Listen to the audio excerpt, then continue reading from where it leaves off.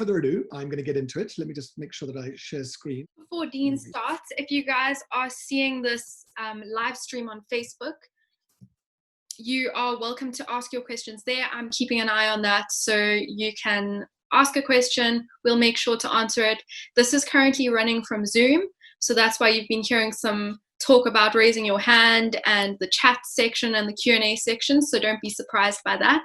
But yes, if you do have a question, please let us know there. Cool, fantastic. So very briefly, have a little look at these questions in here and ask yourself these 5 questions, which I'll read out to you, and give yourself a rating between 1 and 5. So you'll actually have a total of 25 marks out of these 5 questions. So as an example, how often do you find you stay online longer than you intended? If you go, now I'm totally regulated and in control, you're going to give yourself a 1. Or a 0, even if you're just totally in control or you're not even a user. However, if you find that you do stay online pretty frequently, you're going to be giving yourself a 4 or 5. If you can't put your phone down, you're going to be giving yourself a 5. How often do others complain at you? We know who that might be. It's probably your parents or a sibling, or even if you have a boyfriend or girlfriend at you for your phone or platform use. Give yourself between 1 and 5. How often do you check WhatsApp? You can put all social media before something else you should. Give yourself between 1 and 5. How often do you lose sleep because of late night logins? And of course, that may be work. I do understand, but still, I'm afraid it's late night logins. And how often do you find yourself saying just a few minutes? The word just is frequently used when online and trying to barter with one's parents. So you're going to have a score somewhere between 0 if you're an extraordinary superhuman, or you're going to have something up in the region of 15 to 20 or 20 to 25. The interesting thing about this test is that this is the universal addiction test. These are 5 questions of 20 that come from the universal addiction screen time test. And if you scored more than 20, what it reports is that you have a level of engagement with your device and social media that perhaps is bordering on unhealthy. Now, I know that when one looks at these questions with respect to being a teen, even a preteen, with the nature of the way you've been given devices and you are allowed play on games, you have access to Wi-Fi or data, that for those of you that do have this access to devices and connection, this may seem like completely crazy, because this is a completely normal part of life. Yes, of course, my parents complain at me. Of course, I spend online longer than I intended. Of course, I use WhatsApp and social media. I'm at a 25. I'll give you some insights. I have teachers, I even have principals that are scoring more than 20. Not going to tell you who they are though. But really interestingly, we do use these phones, but there is a reason why this high score of 20 plus is really tricky. It's because that our relationship to media and digital and social is so strong that it actually affects sometimes our human relationships. What it does is that we need human relationships to connect, to be able to process thoughts and feelings, to be able to get guidance about the way in which we're interpreting certain types of content. Think about fake news as an example, that we actually need this physical connection with adults, custodians, people that look after us, teachers, people that give us really good advice. And sometimes we're stuck inside this social network, not always getting the right advice or the right information from the right people. And that is why it's really important to have this balance in our lives. So life has become really quite complex, but it crept up on us because we've had these devices for the last 2007, 13 years. There's something that's really, really important about me sharing this stuff, is because in one sense, I think that in general, both adults and teens overlook why it is so complex, why this portability in the back of your pocket, why this always on connection, why the fact that notifications are on which keep dinging and pinging and keep you coming back for more. Why is that so complicated? There's another aspect which is around, of course, the fact that there You are putting your content out into a network, which means that they normally have some type of comment or opinion. It means that they can screenshot it, and it then also means that there's some virality to it so people can unshare it. So sometimes these things get out of our control. Now, that wasn't around, let's say, 10 to 15 years ago. And of course, this is just the state of play. This is exactly where we are. But it's really difficult for teens now to understand these kind of stopping cues. We were just able to stop. You'd watch TV and then you'd stop and then you'd say, what shall we do next? Or you might scroll a few channels. You wouldn't have 30 apps that you could visit and then also go to Netflix and then do all of those things. And it's kept us hopping from app to app to app. So then when we want to have control of our lives, then we find that things start to go out of control, because we say, all I want to do is just to be able to focus on my work, but I can't. And you're wondering why. It's because you don't understand that essentially you're being pulled along. It's like a riptide. You're being pulled along by the device, the technology, and these big companies. So here's what teens have to deal with online. They have to deal with comparison. So a lot of the time when we're looking at our device, these feeds, they are shining back at us what is happening in other people's lives. Let's say their achievements, their cool, their clothes, their bodies, their personality, whether we are good enough or not. And we are comparing ourselves often as to what our status is in society or in our community or in our friend group. Are we enough? That doesn't happen to everybody all the time, but it's happening to quite a lot of people, and in some cases quite a lot of the time, because it's natural for humans to check, are they safe? Do they belong? That's just kind of the nature of humanity. And so if you're always comparing yourself, if you could repeatedly tell yourself, I'm not,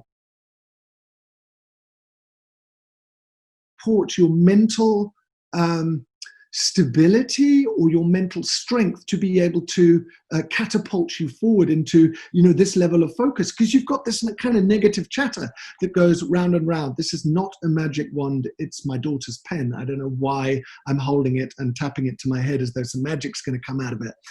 The second thing is that mental health is really important, because we find that there are behavioral changes by what happens when we are stimulated by certain types of media. That could be anything from Fortnite, Brawl Stars, Clash of Clans.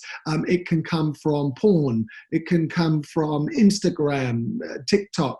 We are being stimulated in our minds. But when that happens, sometimes we are moving and there's such momentum that it just keeps going, that actually it can affect our sleep. So we're like soaring all the time, higher and higher and higher. And then when we want to put our phone down, our brains are still really moving. There are still chemicals that haven't kind of waned yet. And that is kind of making it really difficult to actually focus our attention. It's one of the reasons why I hear tons of kids say to me, I'm struggling with sleep. They would struggle with sleep naturally in their teens. Even though I know you can sleep late, sometimes it's quite difficult to get to sleep in the evening, but it's quite easy to stay in bed late. I'm not sure how many of you experience that.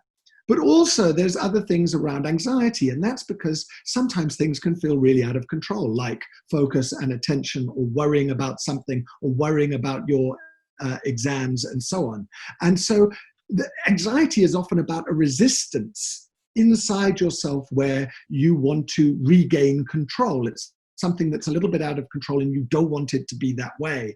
And this can happen. This device can present you with things where you just wish you felt like you had a little bit more control. Then we've got sexuality, which in some sense, how we are portraying ourselves is a type of currency online. Selfies used to be really something many, many years ago, but now selfies aren't really enough. And that's why we see people asking for these like greater currency. Let's say see a selfie's worth £1. Well, a semi-naked photograph or a bikini photograph or a guy in his jocks might be worth $10, and a semi-naked photo is worth 25, and a full-blown naked photo is worth 50 Rand. I'm not talking about physical Rand value, of course. I'm saying there's a level of social currency or dare or bravery or cool, that's how it's perceived, around these images. And that's why people are trading on those types of images. I'm talking about adults. We can have people like, the Kim Kardashians of the world. That's why there's so much more flesh, because that's become culture. And then, of course, we're seeing porn. There's sextortion. Now, sextortion is when you have these photographs and you share them with somebody, and then they essentially want to bribe you. They would say, if you don't show me more photographs, then I'm going to share them with. I'm going to show these to other people. Or in this instance, in another instance, they might say, well, give me some money, or I'll show it to some other people. And then, of course, we've got unwanted approaches from strangers. We've got people who are flashing their body parts and breaking into house parties and Zoom bombing even the government. They Zoom bombed Parliament the other day. And, this is what's crazy, is that it's become quite a normal part of online language. We've got reputation. How are you indexing on Google? How do I find you if you've been placed on different sites? Google can pick up your name very easily, even if it's not necessarily linked. And of course, your name can be found in social search underneath either by tagging or by hashtags or other manners. These are our digital tattoos. We can't erase them once we've put them out there. We can try and erase them, but if somebody else has shared them, or we try and call Facebook and say, please, can you take that off? It takes about 2 weeks or 4 weeks to try and delete those things. And by that time, somebody's normally shared it and try to make a bit of a fool of you. We've got privacy violation. That is hacking, so external threat, cybersecurity. We've got our location settings showing us where we are, passwords, identity theft. I have a student that has 14 friends on Facebook. I mean, Facebook is not really that common. I mean, she's using these other apps, of course, but her Facebook account got hacked. And there was a guy from the Middle East, I think his name was Mohammed Bil Al-Karzawi or something. He'd seized her account and was talking and threatening her sister and her mother online. It was just messy. And so, you've got to be really careful about these things, because what they do is they take things out of control for you. And that's why it starts to, you want to regain that control, and there's this resistance, and it can make you feel really terrible. And of course, one of the most prevalent issues in schools is cyberbullying, flaming, trolling, shaming, harassment. There's a whole list of them. They all basically stem from the same thing, which is somebody basically being pretty evil to you online and trying to intimidate you or exert their power over you, because they're essentially feeling either fearful of your position, your individuality, or they're insecure. I mean, there's a lot of other reasons as well, and we can go into that. So in many senses, you guys, actually many people, not just teens and preteens, are caught in the middle. Our brains are responsive to stimulus. We have access to the entire world. There's 4 billion people online. And those people can also access you. That's why you're getting a lot of strange requests that you have to block all of the time, even if you've got these private accounts. And then we've got these addictive tech platforms that are not too worried about you in terms of your mental health, I'm afraid to say. It doesn't matter whether they have safety settings and so on. The relentlessness of them needing to make money means that they need to keep you online. It's really as simple as that.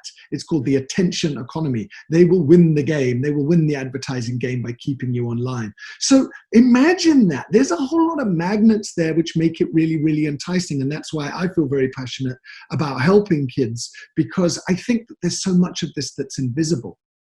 Our brains are responding in a certain way. They are rewarded in the pleasure center. There's a component of your brain that actually delivers certain chemicals into your brain when you're on something like Fortnite and you achieve a mission accomplishment, you're down to the last 5, or for example, if you get likes or you get attention, you get messages, you get comments, even if you get questions which are kind of like they don't make you feel great. In one sense, they're still hooks that are dangling in the water waiting for you to bite. And in some sense, that can feel kind of complimentary. It's like a like. And that you get these kind of invisible shots in your brain without you even knowing that make you feel good. Now, when you have to detach yourself, you say, you know what, I'm going on a social media detox. What happens there is that you actually withdraw from getting those chemicals in your brain. It's like eating tons of chocolate and then saying, hey, listen, no chocolate. And then you start saying, I just got this taste for chocolate. And that's one of the reasons why you're finding the device so difficult to put down, and that's why it's affecting your focus, perhaps during the trip. It has an effect on your performance, rippling into sleep, into attention, and into mood. Now, say you get really aggressive with your parents or even with your friends. One of the reasons why is because naturally you are on this current, this social current, and you're moving along in it. And if you try and slow it down because maybe you decide you want some quiet time or you need to focus, which of course you can do. I'm not saying that nobody's got any control, but sometimes this thing keeps calling you back, or your parents force you to get off it. And somebody taking that out of your control can suddenly make you quite aggressive. That's what we're seeing in the preteens, certainly around Fortnite, is when parents say to them, just get off their devices. And maybe you see this with your younger siblings. What happens is that they don't like it because they're being told essentially to have a disconnection from both their community and from the chemical. Phones are an amazing way for us to escape. You know, if you're not feeling 100% and you have an argument with your brother or your boyfriend or girlfriend or whatever it may be, you can then obviously want to get into your device and then go and play a game or look at YouTube or get onto TikTok and spend 3 fantastic mindless hours just having a laugh. The challenge is, of course, with that is sometimes it actually can still amplify your feelings of anxiety or things that don't make you feel good because you're looking at other people thinking that they are cool, or where do they get this time from, or how did they get this many followers? The brain is often having a conversation with itself. And that's why number 4 is so important in the bottom right, is that we need to stop. It is so healthy. There is something that just happens in our brain. And if we can create that irregular routine and a regular pattern, that we are controlling the device and the platforms, and the device and the platforms are not controlling us, that means we can take these stopping cues and in these moments when things should stop, and we can have a cup of tea, or we can speak to a friend on a phone, not just through screen, through chat, or we can go and watch a Netflix show, for example. And people say to me, but you just said screen time. There's a difference between the reality, between the fantasy of a story and the reality of looking at other people's lives all the time and comparing yourself. There is still some component, of course, inside Netflix or Showmax or DSTV, because there's still reality TV. But, what's it called? Love Island. You can sit there and say, how come I don't have a 6-pack like that guy? But what does happen is that it's just something that one needs to disconnect from. And if you can watch a movie, even that is a good choice. So it's kind of a weird contradiction, really. It's that we've got this extended network around the world, and yet sometimes we're feeling quite isolated. And we're meant to be hypersocial, but yet in one sense you can still feel lonely. And brains are not entirely sure how to understand that. We can start saying, well, what's actually wrong with me? And actually there's nothing really wrong with you. It's just that it's a complicated situation. Let me show you this guy. This, ladies and gentlemen, is a rotten tomato. Nobody in their right mind would eat this because it's rotten and you would get sick. Yet, see, when it comes to the mind, we eat rotten, poisonous, dirty thoughts every day. Here are some examples. And you know what happens when we eat these rotten thoughts? We get sick. We get depression, anxiety, outrage, overwhelm. Our culture has normalized sickness. They feed it to us on a silver platter, making us not insane, but definitely unsane. Krishnamurti said that it is no measure of health to be well adjusted to a profoundly sick society. And yes, we are sick. Yes, we are so sick that our society cares more about oral hygiene than mental hygiene. We brush and floss every day, twice a day, to keep our teeth nice, fresh, and clean. But what about mental hygiene? What do? For most of us, nothing. But if I was to ask you, would you rather lose all of your teeth or lose your mind? What would you pick? Exactly. You would happily be a toothless if you could keep your mental health. Now, I'm not saying don't brush your teeth. I'm saying we need to start treating mental health like it's supposed to be treated. We are in dire need of mental health practices and support in our society. And if we don't, we will continue to see the devastation that we see today. John Milton said the mind is its own place. It can make a heaven out of hell or a hell out of heaven. Napoleon Hill once said that thoughts are things, and powerful things at that. Everything you see around you in your room right now was a thought first before it existed in the physical form. The world is the mind. So if we're unhealthy here, what do we create? An unhealthy world out there. My message to government is not focusing on mental health, and only changing laws is like putting a Band-Aid on a broken leg, or trying to stop an overflowing sink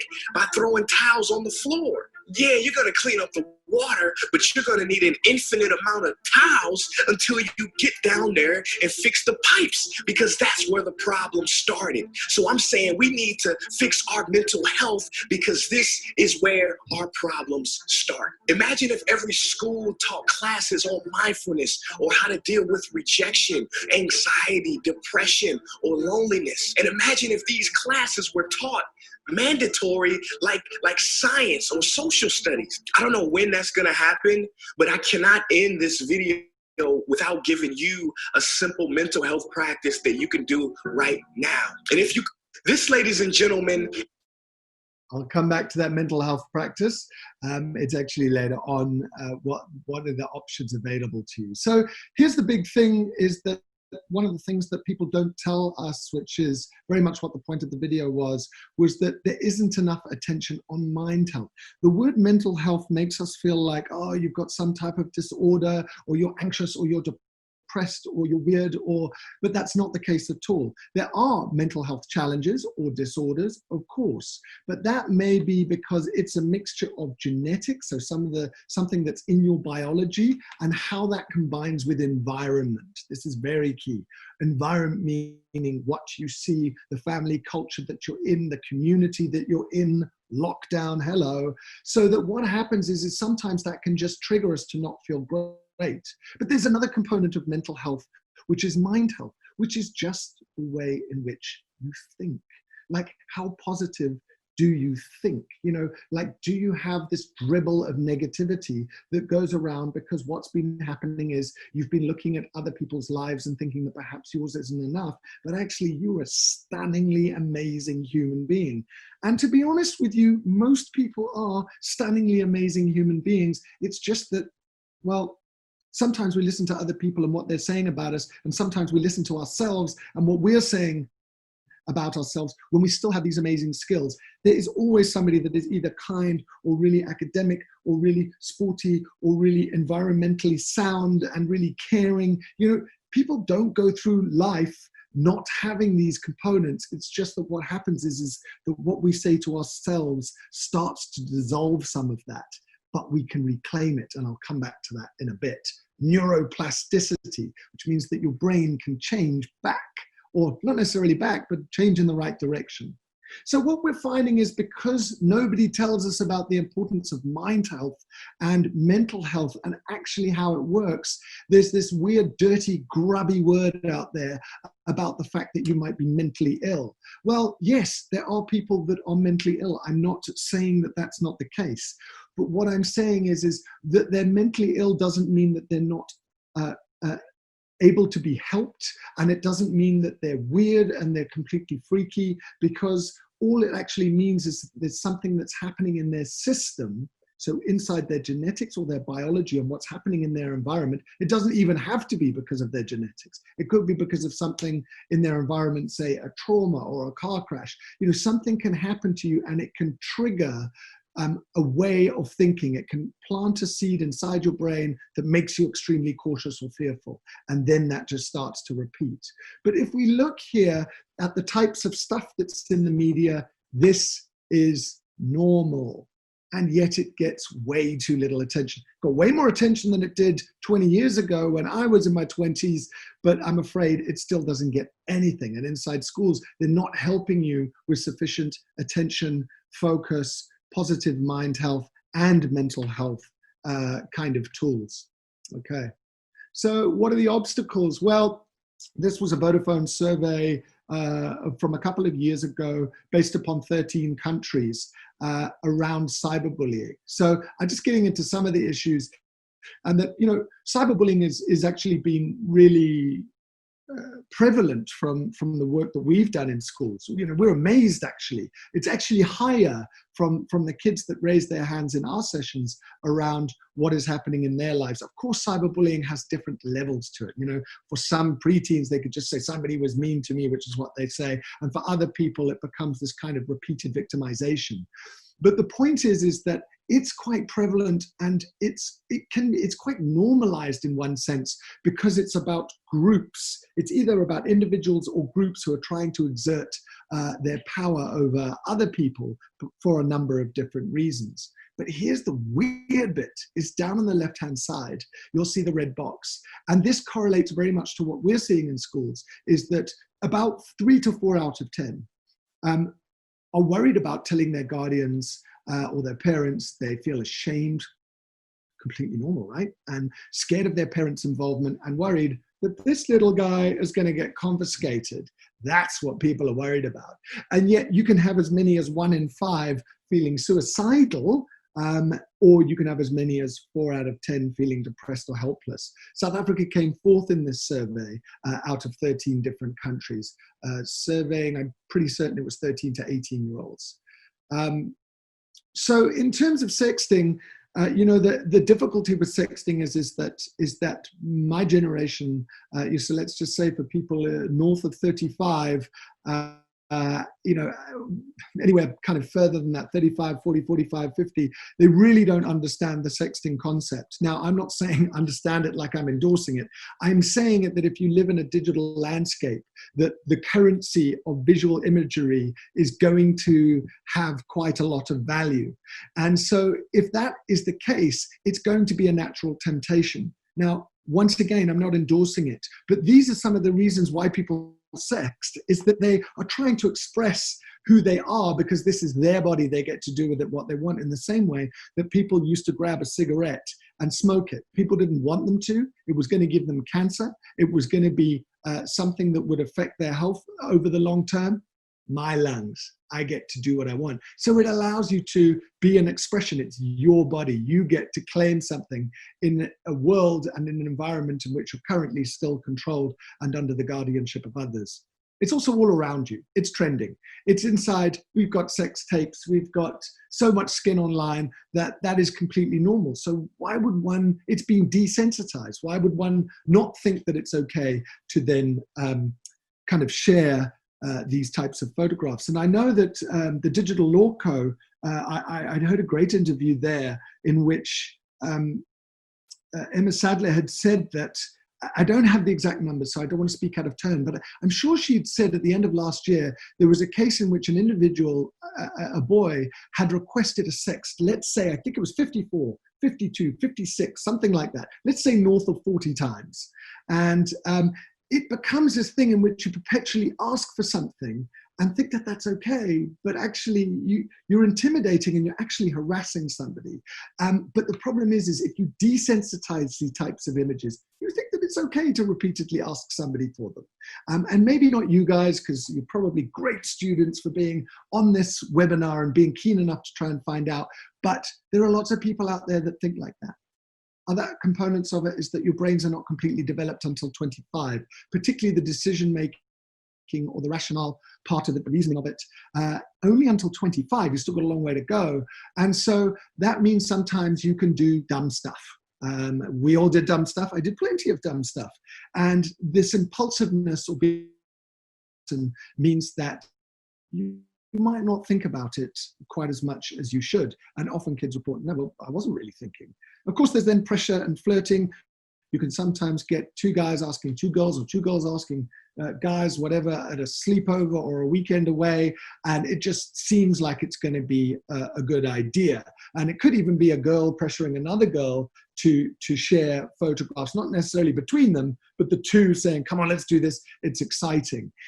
What I'm trying to say is it's so easy, right, to to trip into these issues because they don't seem like much until the moment these things fly. And once they fly and people start sharing those photographs, you get a lot of problems. The challenge with body image is that it's all around us. We're living in a visual world. We're using Insta, we're using TikTok, Snap, whatever, God, there's so many. And that we're in a world in which beauty sells, which is point number 3. Shape is so central that we're even finding that the animations that are in kind of toddlers and preteens cartoons are so shaped and so curvy because we feel like that's what, or the animators feel like that's what they need to do. The challenge is, of course, that these photos that we have are now up for being credited or discredited through likes, dislikes, and comments. And there's a viral sharing element, which is one of the aspects that I started out with. Life is complex to the power of 3. It's the fact that it's always on and there's a network effect. Of course, we've also got photo manipulation. It's become the fashion. So now, particularly since those filters that Snap put on and everybody else copied, that level of photo manipulation sends a weird subliminal or subconscious message that we are not enough. And that is probably a great stopping point. The hardest point in teen culture is to actually realize that you're this insanely wonderful human being. I don't even know you. I'm assuming you are. But that you are an amazing human being and you are unique and you're not like everybody else. And that sometimes we're feeling like naturally, it's part of adolescence, it was even 20 years ago for me, but you feel like you need to keep up. And that's this component of what we teach is the fact that that is a race you can never win. You can't keep up, and because you will always be endlessly comparing yourself to the images of others. You've got to actually go back inside and dig out, I'm actually a cool person in some way. Even if you've been mean to somebody, your saving grace will be that actually there are other amazing components of you. And you can only reverse it if you stop the negative chatter. And the problem with photo manipulation is that if you feel like you're not good enough and you're always manipulating those photos to try and look better, it's fine to manipulate them for fun. That's not what I'm saying.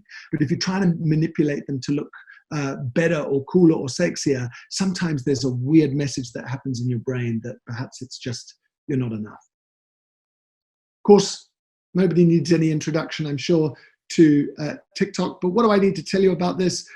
What is it that one needs to consider? Well, it's so mindlessly entertaining that what can happen is that you don't want to put it down. And I think TikTok, certainly in our schools, the ones that we teach and the students that we teach are saying that they absolutely, not everybody loves it, right? But that they absolutely love it. And, it's great tuning out when you're exhausted and you're knackered after school or when you're in school as well. And that is one of the things is that if you start to really understand that the escapism and the mindlessness of entertainment is actually the enemy of your focus and your attention, then you then are stuck with the choice. Not me telling you what to do. You know it. You know that it will be a battle. It's pulling you in. And that if you really want to achieve these grades after 12 years of class, 12 years of being in school, being disciplined by teachers, that actually you are now at an intersection for those of you that are in this group that are matrics, you're at this amazing intersection where you get to springboard into life.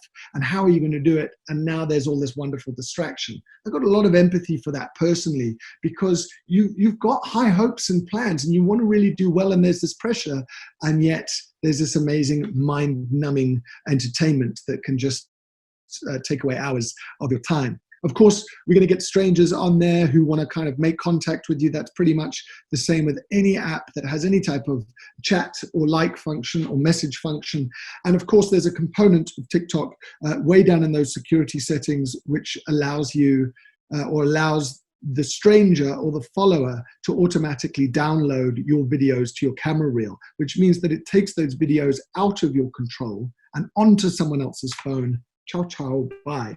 Now, for the preteens, for the youngsters, that is problematic, because I think a lot of teens know that there's automatic downloads. I'm be interested to hear what you have to say about that.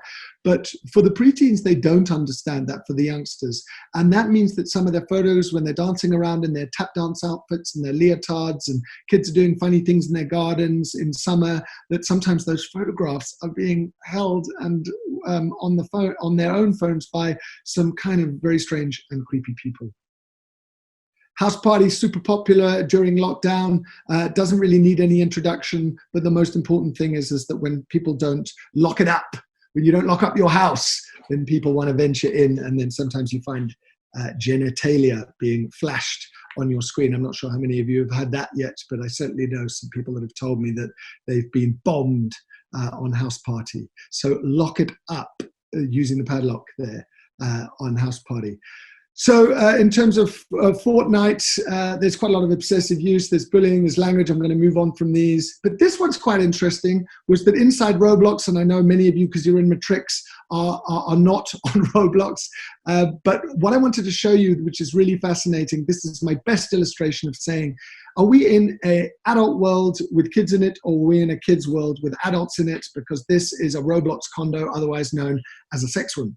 And inside that, we are seeing people that are creating kind of Lego character villages and just kind of weird, wonderful things. So this is what is getting into people's minds. They're starting to feel bad about themselves and so on, and it becomes really complicated. I'm going to move past this one. I checked.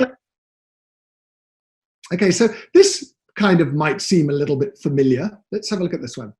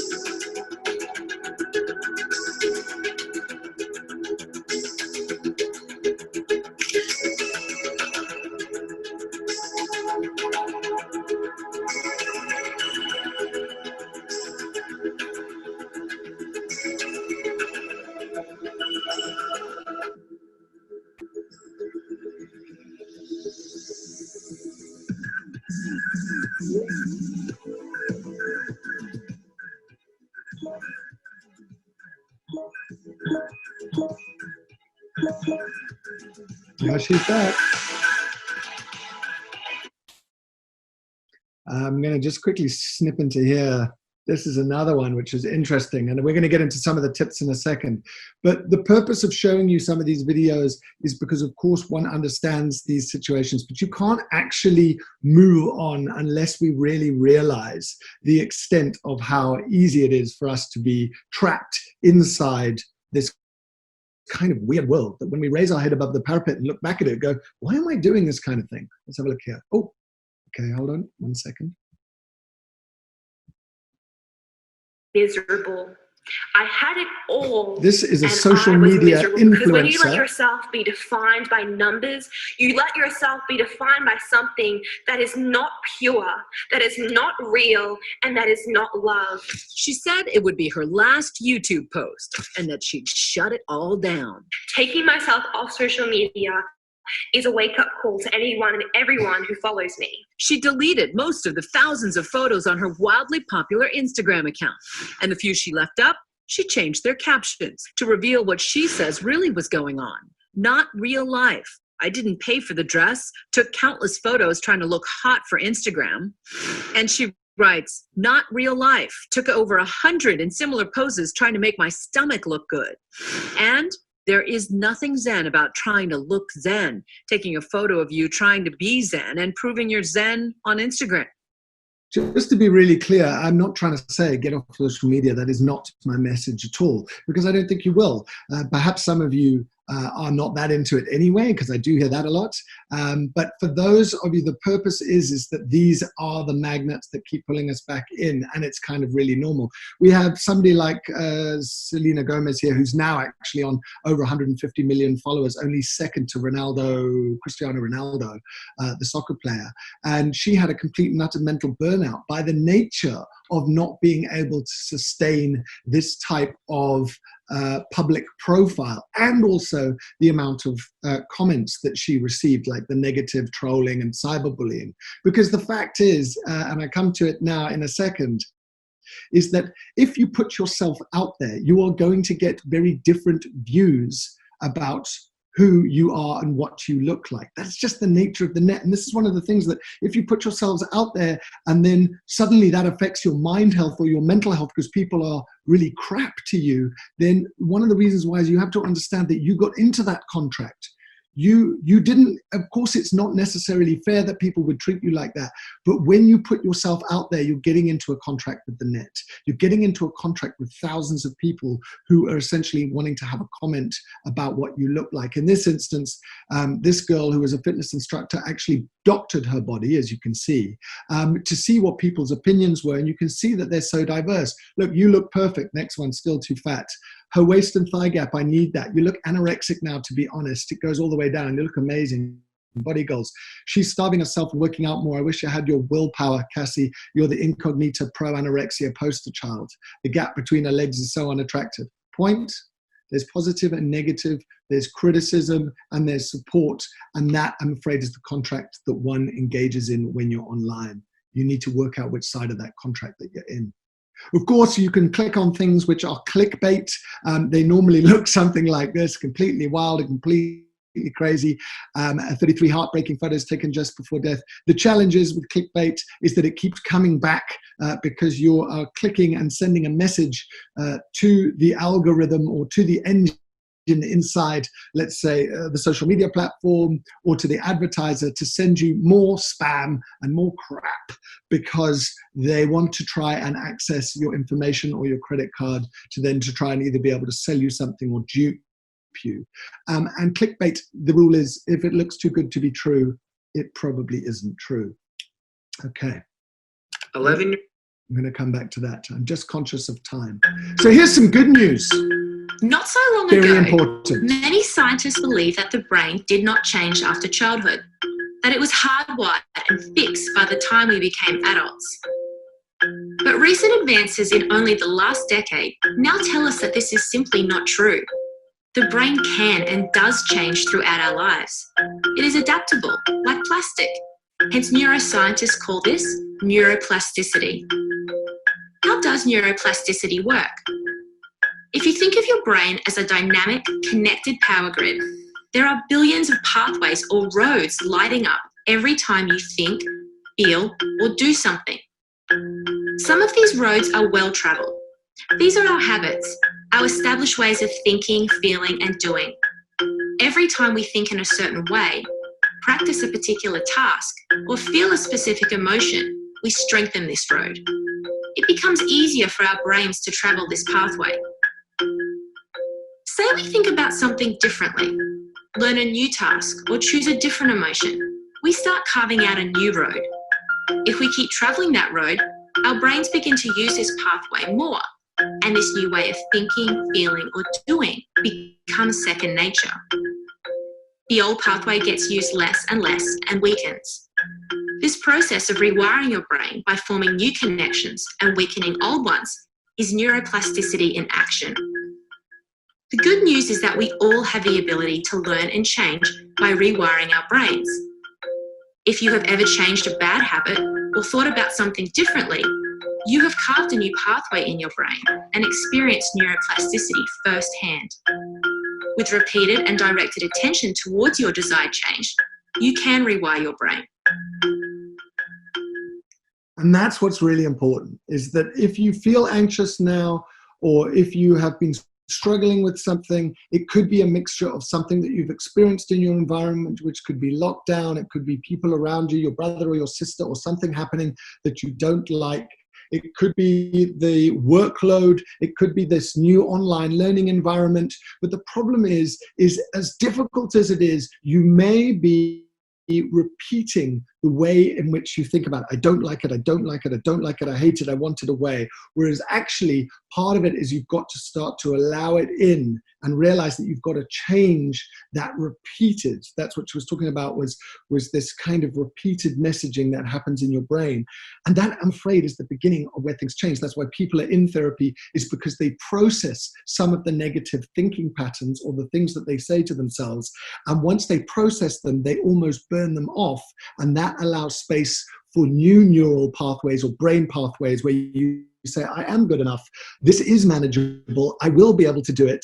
And this is not kind of positive mumbo jumbo. This is essentially when we realize that we're almost like these big chemistry labs in our brain, then we realize that we can actually change things. And I know that personally because I actually tackle my body personally, it sounds weird, to check to see the relationship between my brain and my body and if I can override what happens in my brain, and I'll show you that later. But if you're struggling, it's going to start by getting a little bit of distance from the thoughts. You've got to see what actually happens. You've got to be able to observe your brain and observe the fact that you're feeling stressed about work, or observe the fact that you're saying no, no, no, and then you have to start a new path. The first 3 weeks, well, actually the first few days is extra difficult. As soon as you start trying new disciplines, turning off your phone, whatever it may be, and we'll come to that, is that you will start to see the discipline rewards you, and it starts rewiring the brain. As boring as that weird video may be, it's a critical video in this presentation. So mind health is important. This is what I want you to try and understand, and I'll get you into the apps after this, is you are going to need to understand the way in which you think. So if you are thinking really positive stuff, pay attention to when that's happening. Pay attention to how it makes you feel. Pay attention to what humor does for you, or talking to your family, if that's a good or a bad thing. Pay attention to when you're stressed. And we actually have a mood monitoring app, which we're going to show you, because there is a relationship that happens between your brain and your body called the brain and body connection. So if you have negative thoughts, sometimes it makes you feel anxious in your body. But also, if that's not happening in your brain, you can get an anxious feeling from out of nowhere. And then you can start thinking negative thoughts. And you're going to have to catch that cycle in order to stop it, okay? And you can stop it by saying, oh, look at that. I see that. I'm going to let it pass by. There's a couple of tricks you can use, which is you want to breathe out double the amount of time that it took you to breathe in. So you could breathe in slowly over 4 seconds, breathe out over 8, and do that repeatedly, say 4 or 5 times. It sends a message to your brain, hold on, everything's fine here. And then you'll start to calm down. Because what actually happens in your brain is that there's a part of your brain that blows when you're feeling really anxious. That's why they say blow your lid, is that it literally blows, okay, and it sends you into fight or flight. it sends you into this kind of crazy busyness in your mind, and it actually takes a time to start to calm down again. And that's why people do meditation and mindfulness. If you're struggling with homework or with schoolwork and with exams, you're going to need to start to use some of these tools. But you can't do anything until you understand this aspect, that you are consuming stuff that may not make you feel well. These are all your choices. Nobody can help you. Your parents can't help you. I can't help you. Your teachers can't help you. Nobody can help you apart from you. Every choice, I'm afraid, is going to be yours about what you consume, right? So if you're not feeling good, work out when you weren't feeling good, why you weren't feeling good, write it down, and then say, sure, I'm going to try something different tomorrow. And your brain's going to want to pull you back. That's the only guarantee. Because of the repeated pathways, it says pick up the phone, escape, go on, get it, go and get TikTok. And unfortunately, I have to say, nah, brain, thanks. I work with a very well-known neuroscientist, and he says, it's cool to talk to yourself. Talk to yourself and say, no, thanks, brain. I'm not going to be doing that. I've actually got bigger plans for myself. So unfortunately, we're stuck in this world in which we flock together. You know, we're all wearing Stan Smiths or Adidas or Champion or, whatever's cool. I'm probably uncool now. Don't laugh at me over there. But the point is that we flock together. That's why we're wearing these brand names and we follow these same things, is that it's comfortable and it's safe for us. That's the essence of social media. But when we flock together, sometimes we're absorbing other people's thoughts and opinions. We see that in politics. And then we become these kind of robots. And if you want to claim your life, you're going to need to start to really embrace the independence of who you actually are, because you're kiff and amazing. So if you don't, sometimes the things that get stored in our operating system, it's called your subconscious. So this deeper part of who you are actually keeps all of your experiences and your feelings. It's the stuff that you can't see deep inside you that's running the engine of you that is really, really important.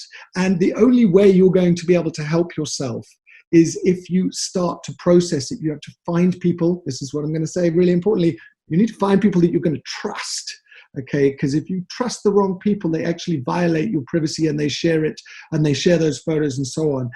But it's like this kind of shaken bottle of 7-Up here, is that these feelings kind of build up on you. And you have to just say, I feel it's not easy. I get it. It's not easy to talk about it because you feel a bit ashamed or embarrassed or whatever, with sometimes if you have to admit your own vulnerability. But if you talk and you connect and you share, then it helps to actually burn off what's sitting underneath deeper in the iceberg, okay? And what I think is really important here in terms of this release is that you'd be amazed what happens when you actually do it not via WhatsApp. Because what happens is that as humans, we actually need to see people. There's something that happens deep inside us that is absolutely critically important to make you feel better. And that's why sometimes people are not feeling incredible. So we are not our thoughts. We have this crazy thing called a monkey mind, which scrambles all over the place. I wish I had the time to get you to do a simple exercise. It would be probably a little bit awkward if I did it now on a webinar. Tempted though, is to actually check how much of a monkey mind you have. And how you can do that is to be able to sit down on a chair for 120 seconds, 2 minutes, and just click your fingers every time a new thought comes in. You're going to find random stuff's going to come in like, sure, what was that sound? Is that a creaky? Wonder if that's a rat. I wonder what's for dinner tonight. I love that show. Oh, a pink grapefruit. It's so weird what the brain does. And only when you pay attention to its utter randomness do you realize that it has a mind of its own and that you can't take everything that it tells you seriously. And if you do take it seriously, you're running around chasing all these random thoughts, thinking that they're really important. Sometimes the anxiety and the words that we say to ourselves, we can just let go and say, no, dude, sorry. No, that's not true. And a lot of it isn't true. And I'll tell you why it's not true. And you know it's not true. It's because look at yesterday, some of the things that you worried about so much, you can hardly recall what they were. You had thousands of thoughts yesterday, and 99% of them you can't remember. You've got this crazy monkey mind, so you can start to let go of it. You are not crazy. You are not mad. You just have a random brain. And that comes not from me. It comes from the neuroscientists and therapists that we work with. And the alternative to that is, once you have this awareness, which is sitting in the middle of these barbells here, once you pay attention to that monkey mind, you can start to find your center, your focus, which is why you came onto this webinar, was to work out, why am I a bit all over the place? Why am I not feeling 100%? Why am I struggling with attention or focus? This is a really important time of my life. We had to unpack the reason why is that it's difficult. Life is difficult. We're in lockdown. We're seeing crazy images on social media. We have these devices that ding and ping. We're looking at other people's lives. Our mind is jumping around. And actually, we need to look at it and go, yep, that's life, which it is. And when we start to grasp that, we start to not actually feel so crazy and we're chasing all this other stuff. You realize that you've got these amazing skills and abilities, and you just need to sit down and focus. And breath will really help you do that. So some people said, can you give us some tools? Well, you actually need to look for this video, but this one is actually about Apple's screen time. But if you want an alternative, the other one on the Google Play Store is also called screen time. You can use apps like Custodio, but normally those are being used by parents to monitor you. It's actually really healthy to have a look at your own screen time, because you could, instead of a parent breathing down your own neck, why don't you have a look at yourself? You're not going to you can actually put app limits. So you can set times for the amount of time that you allow yourself to have on Instagram or TikTok or whatever it is that you're really into. But the most important thing is, if you understand, like monkey mind versus cognitive, that if you understand that observing the reality of what I've said, that actually going, sure, look at how much I use my phone. Why am I doing that? You then get an opportunity to make a different decision. The making of that decision is half the journey. The doing of the decision is the other half, which means that you're going to find it really difficult, because the brain elasticates. Remember neuroplasticity. It wants to keep you in that rut of the same behavior. But once you do it a few times, the discipline starts to become extremely rewarding, and then you can crack it. Step number one is observation. Welcome to screen time. So I could go through that video, but I'm not going to, because you just Google screen time. If most of you, 99% of you, I'm sure, have it, either loaded or not. But now that you understand that the observation tool sets you free, you may view it differently. Okay. In terms of your privacy settings, this is actually inside TikTok. I just kind of really want to say that the difficulty is that if you feel bombarded because you have public accounts and that anybody can contact you, or you're chasing followers, and that keeps you coming back because you want to see what type of engagement and interaction you're getting from people, you've got to understand that, again, I'm afraid to say, that is something that you set up. You left your accounts open, you decided to be public. Even if you're private, sometimes you have a setting like this, allow others to find me, still left on, or your automatic downloads on. You need to go into each app, click the three dots in the top corner, find the section that's normally number 2 or 3 down below from the top, and you'll see privacy, security, or safety settings, and you need to go into it and you need to lock up everything if you want to. So a lot of people really want to be either influencers, or they still want to get a lot of traction. But if you're struggling to study, you've got to understand that if your accounts are open and people are commenting and giving you likes, it will pull you back all the time. And this is your key year. And if you're not in your final year, again, just depends. If you're not feeling great, then you need to understand that these were the choices that were made by you, and you get to kind of change them. Probably number one, if you want focus, is going to be Headspace. I'm hoping that some of you know about Headspace, but there's 2 aspects to Headspace which is really important. Number one is the animations. They do a much better job than me of explaining how the brain works, just the randomness of thoughts and how you need to let them pass by. Headspace is free for 14 days, and I think it's $6.99 a month afterwards now. And what's really important about it is it has these amazing animations, but mindfulness is proven in tons of studies to give you greater focus. It allows more space in the brain, which actually floods you with more control. control. You are, because you're able to make better choices. You're not just kind of on this hamster wheel. And so this is probably arguably one of your super Training the tools. mind is often quite different to how people imagine it to be. Maybe they have an idea it's about stopping thoughts or eliminating feelings, but the reality is a bit different. An easy way to think of it is to imagine yourself sitting on the side of a busy road, the passing cars representing the thoughts and the feelings. All you have to do is to sit there and watch the cars. Sounds easy, right? But what usually happens is that we feel a bit unsettled by the movement of the traffic. So we run out into the road and try and stop the cars, or maybe even chase after a few, forgetting that the idea was to just sit here. And of course, all of this running around only adds to the feeling of restlessness in the mind. So training the mind is about changing our relationship with the passing thoughts and feelings, learning how to view them with a little more perspective. And when we do this, we naturally... I'm going to keep moving on due to time. I'm just conscious of your guys' time, and I had a little bit of a break here. This is also a great mood monitoring app.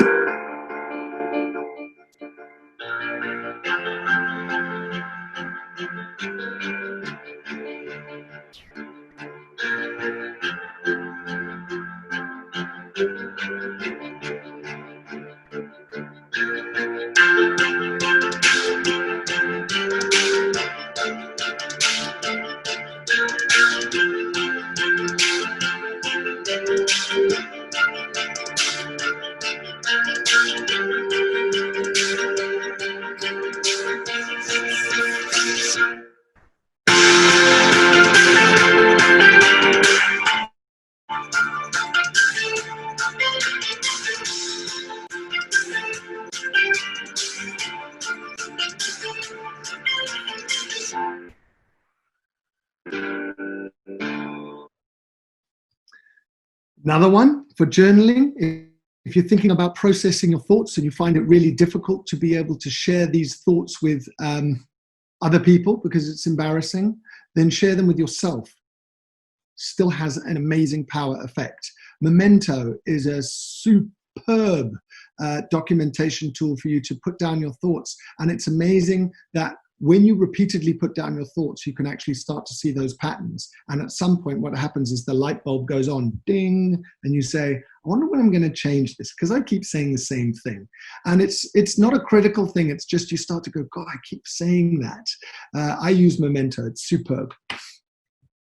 Then, of course, there's gamifying your life. There's an app called Habitica. I'll just quickly show you something like this. If you like tech and you like playing around, you can give yourself rewards for your homework, for doing your homework. Slightly cheesy, no less. Don't you love this video? So there it is. So fun. Classic.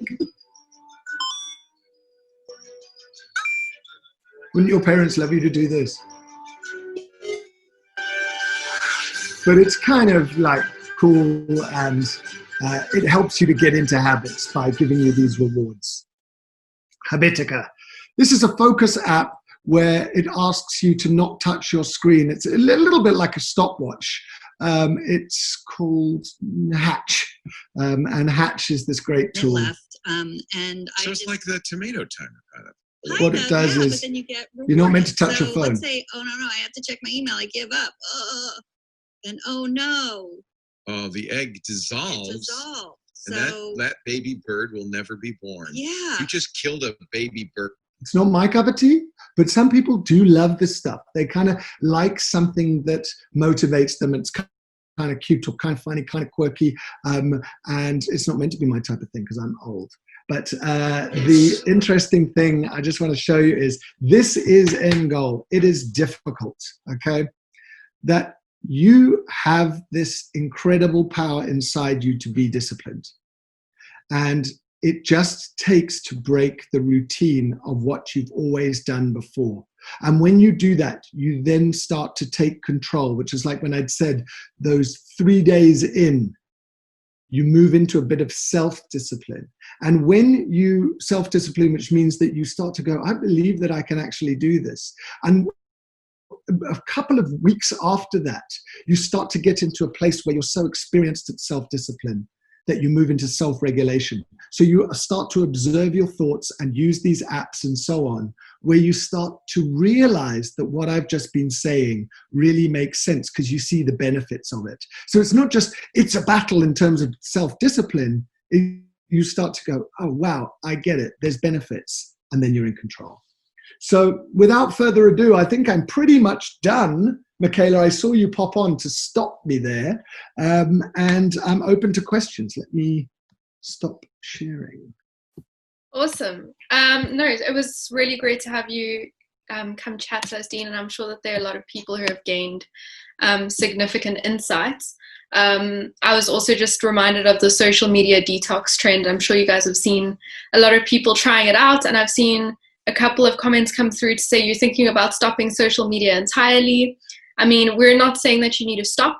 I think Dean actually mentioned that in his chat. You don't need to stop, but just be conscious of what you're doing there and the time that you're spending in those areas. So we have a lot of questions to get through, Dean. Sorry, that's why I did actually come on. Happy.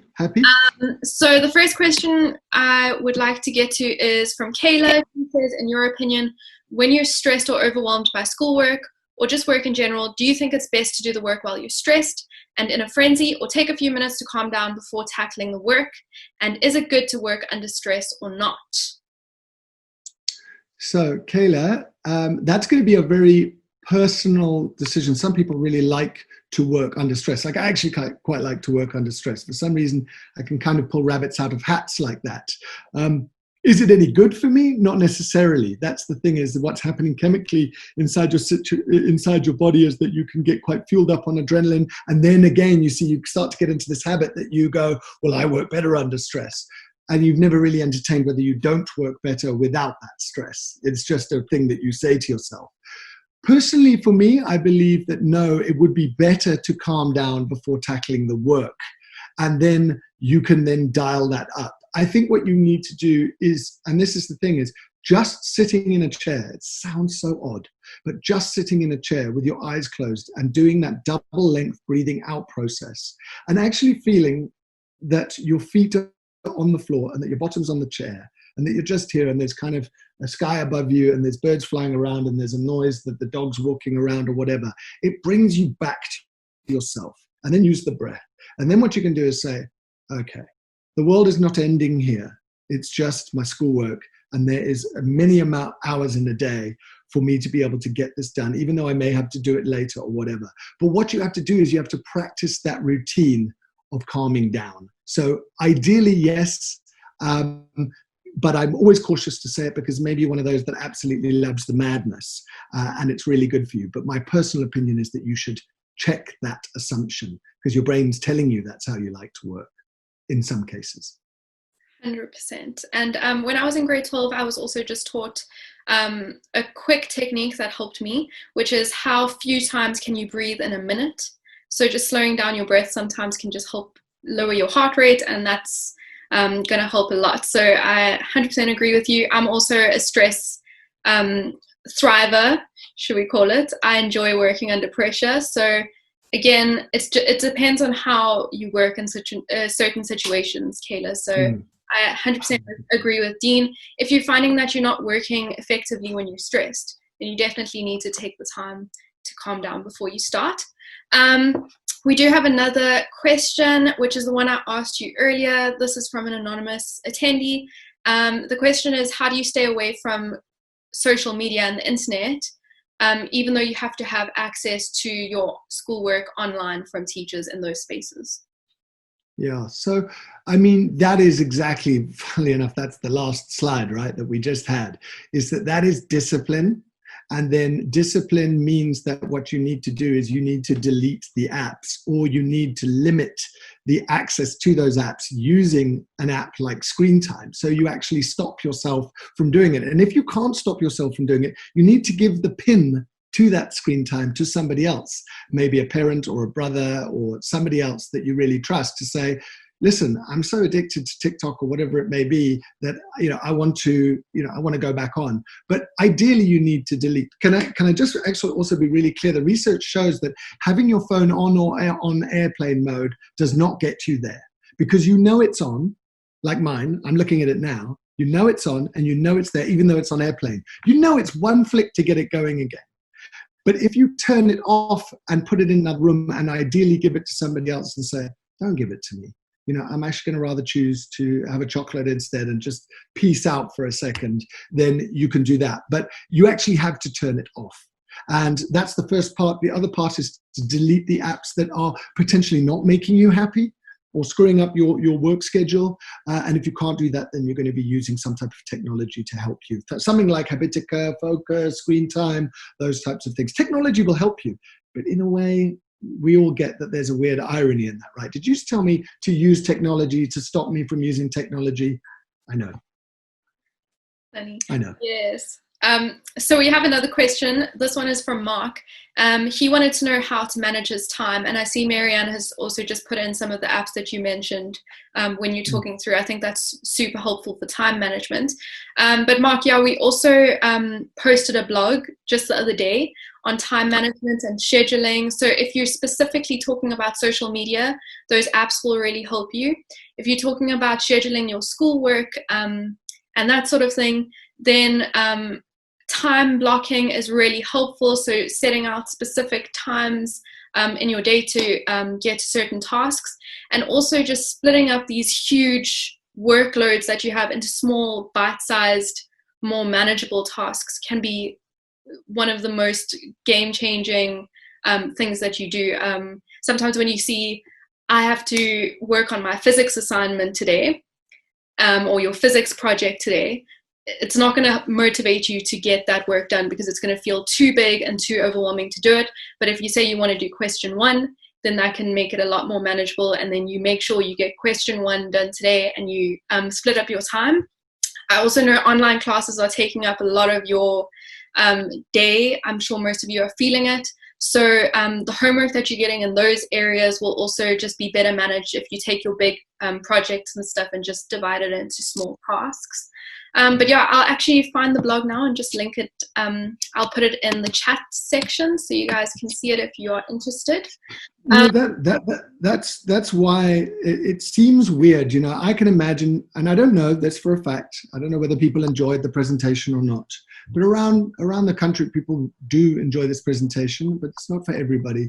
It's because sometimes people want quick fixes. They want to say, can you not give me this and how do I get rid of it? But what I'm trying to say is that actually, if you really understand that the root cause or the root challenge here is the fact that your brain says to you, I'm going to distract you because we do the blocking, but I'll always override the blocking. So Marianne knows that sometimes she says to me, I need you to do this. And then I said, I'm going to quickly do this other thing that I need to do. It's an ill discipline. And that just takes a little bit of practice, that you need to believe the reason why it's hard is because your brain likes to elastically snap you back into cheating. It likes you to break those time blocks. It loves it. It feels like, yes, results. What actually happens is it says there's a greater benefit to me breaking this discipline than there is to me being disciplined. It means that I'm a free person, or I will not be controlled, or whatever it is. All of these types of things happen in our brain. And so if you understand that you just need to say, no, I'm going to get onto the other side, which is it's going to take me a few days. I'm going to stick to the time blocks. Suddenly you'll see that self-discipline kick in. 100% agree with you. Okay, so sorry, I'm going to go through the chat section now. It's a little bit harder to find the questions in there. Paula wants to know, how can you have an effective study session? Study session as in, just for me, for Paula, are you talking about as in like a session in which you are on your own, locked down, get the work done? Is that what you're talking about? I'll give you some time to respond. I just want to check that she's not talking about with somebody else. Yes, she is talking about that on her own. So the interesting aspect of that would be to ask Paula, and I can see she's there now. Paula, what's distracting you right now from having a good study session? Is it the chatter in the mind? Is it the distraction in the house? Is it screen time? Is there a phone on in the room? It's easy for me to say, well, turn your phone off, but it could be like a pesky little sister down the road that keeps knocking on the door, and then the dog's barking. And so the challenge is what is the current challenge? Is it actually you talking to yourself that's the problem because you like to sabotage, the fact that you need to do this session? Or is it because you're distracted around other aspects of your life? Or is it just that you're in a noisy household? Which one? I can't see the answer. What is it? I just see the first bit. Okay, so she says distraction in her house, her personally, and also cell phone distractions. Oh, Paula, you've got all three. That's ugly. It's so hard. No, Paula. So first of all, the most important thing is, honestly, that I want to say to you is that is completely normal. So you're not crazy. There's no bad mark for that or anything. And it's really important that all the psychologists say, don't beat yourself up about it. That's because you're human, Paula. What's happening is the distractions in the house. Of course, everybody's around.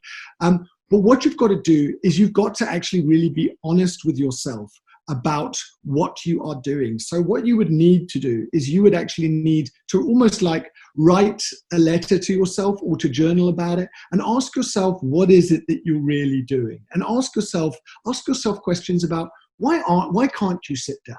Okay. And then it'll say, well, because I just want to be on social media. Why? Okay. And what's going to happen is you're going to unpack it. Just keep asking yourself why. And you're going to suddenly realize that there's something about the fact that you just can't be bothered, or it just feels too hard, or maybe you're worried about going to fail. Underneath all of these things at the bottom, there are fears. There are normally worries, and we distract ourselves from them. That's the deeper stuff.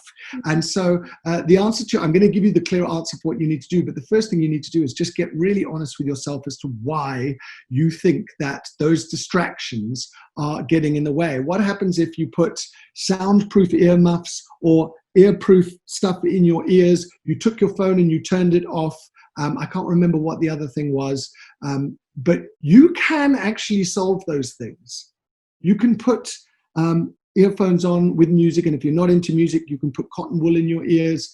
As I said, you can actually get rid of your phone, don't put it in the room, and just give it to somebody and say, just take it away from me. I'm going to try this for 2 hours, and you'll see. But what actually happens is that sometimes there's a little bit of self-sabotage, that it's really, really difficult to break that pattern and just go for it in terms of your studies, because perhaps that it feels like incredibly hard work. God, if I gear up now and I go for it, then I'm going to be going for it for the rest of the year. That's terrifying. It is, but actually it's not going to be. You're going to feel so much better when you start to take control. That's the truth. Yeah, and Paula, I can fully relate to you because I am a procrastinator at heart, and I do feel like having people around is very distracting for me. So what I've found is that when I wake up early in the morning and I start before everyone else is up, that's when I'm the most productive. For someone else, it might be the evening if you're a night person. So also something to consider is maybe just getting up a little bit earlier and tackling some of the things that you can't let slip by. Combined with a lot of the things that Dean is saying, I mean, procrastination definitely stems from a lot of fears as well. There's a lot of psychology behind that. So yeah, we can get super deep into that, but I think start questioning yourself. As Dean says, think about why, but also just think about practical things that you can do to avoid distractions. Sometimes I go outside and I just work outside just to be out the house and away from everyone. There are practical things that can help you to deal with it. The next question that we have is from Danae. How can you deal with sleep procrastination?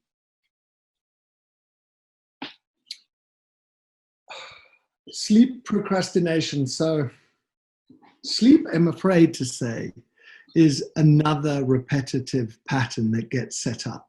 So part of it, look, I don't know if Danae would like to declare his or her age.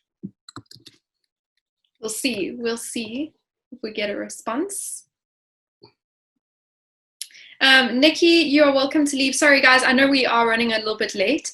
If there is anyone who needs to leave, you're welcome to jump off, but we are going to answer questions, and we've been super happy to have you guys on board. I know that it's dinner time now. Danae says that she is 17. Okay, Danae. So the thing is there's something that often keeps you up, which is part of your biological clock, which is what's happening in the teens, particularly the late teens.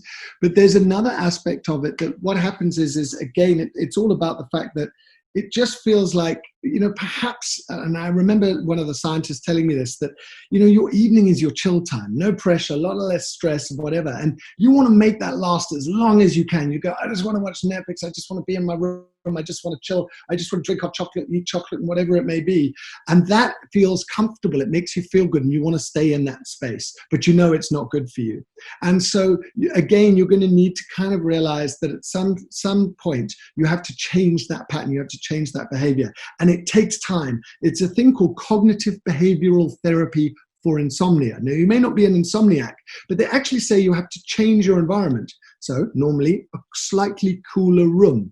You need to make sure that the curtains are blacked out. You need to make sure that you haven't been looking at your phone for an hour before you decide to go to sleep. Perhaps you decide to have a warm bath. These are all parts of cognitive behavior for insomnia. Here's the key. You need to go to bed at the same time. That's why. And what happens is we don't like to do that because sometimes we've got a great show and then we push it. So one night might be 11, the next day might be 1.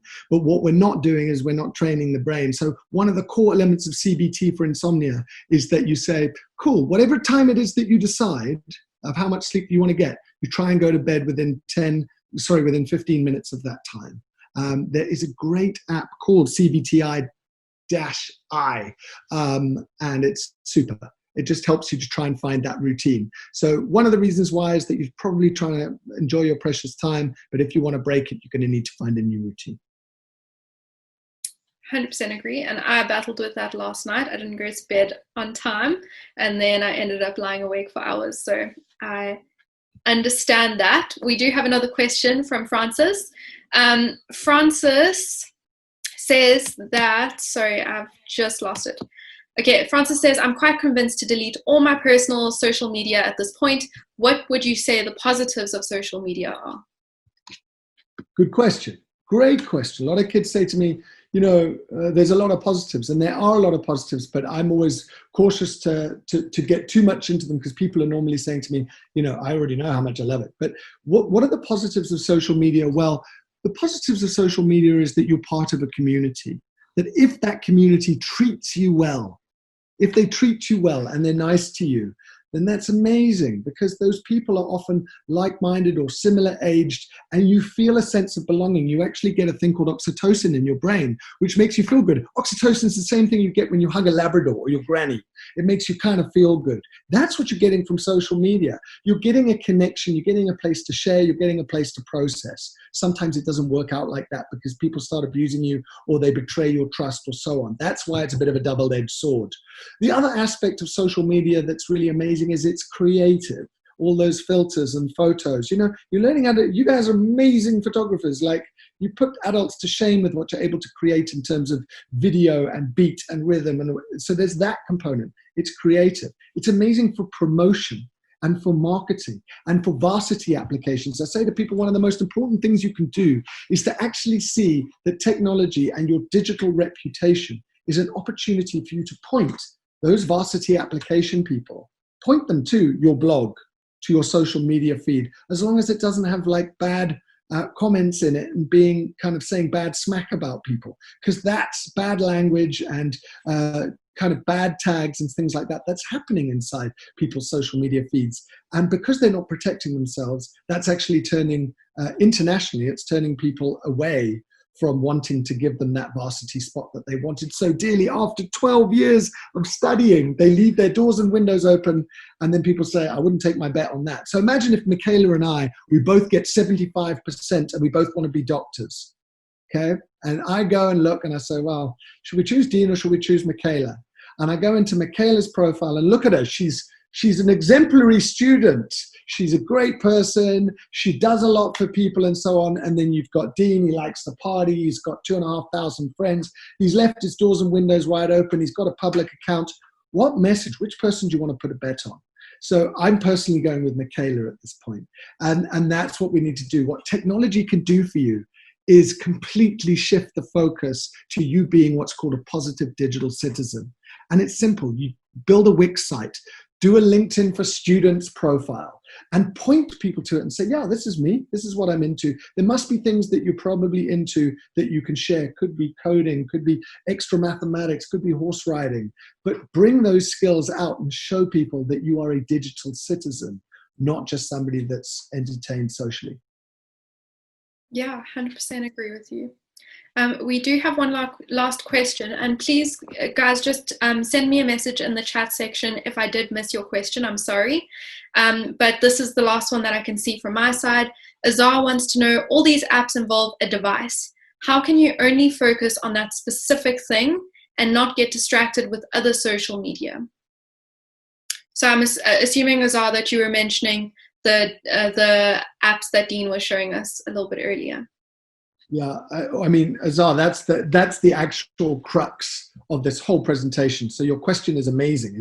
That is the big difficulty, is that this thing has so many apps on it and so many social media platforms, and inside those platforms is so many interesting feeds of photos, great videos, banging music, whatever it may be. It's like amazing. So how do you? The only way you can do it is to realize that you are finding it distracting and that it's costing you. That's it.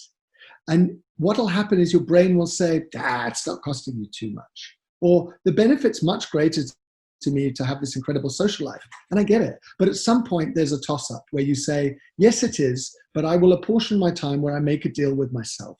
And once you've made a deal with yourself that you will have those 2 hours of quiet time and it will get the work done, then you can go and reward yourself with whatever it is you want on social media. And the thing is you will need to practice that. And when you do, you're suddenly going to feel really powerful. It's like dieting in a way.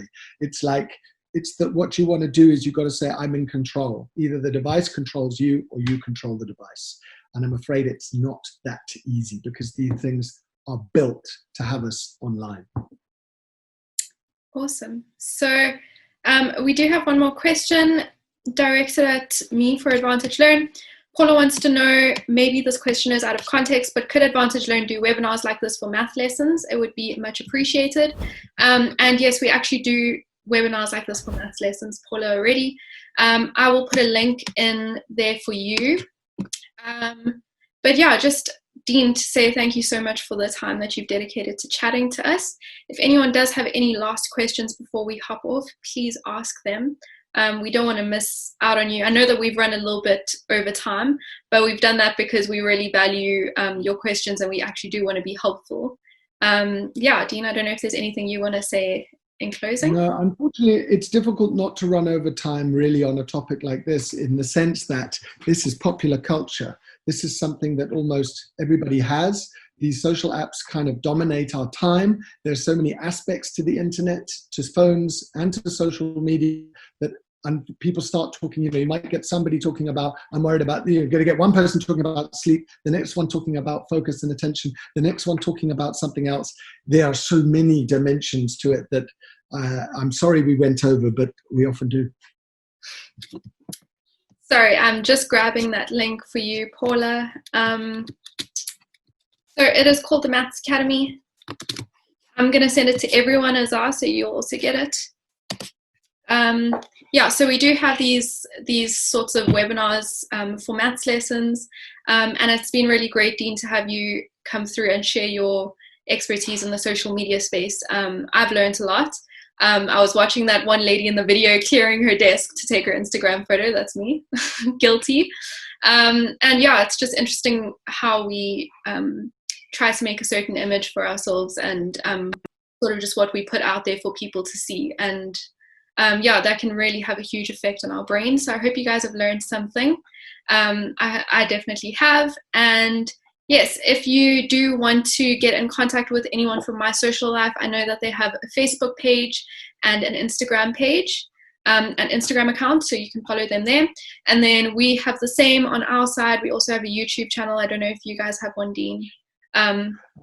Not really. We've got a couple of videos. It's not worth visiting yet, I'm afraid.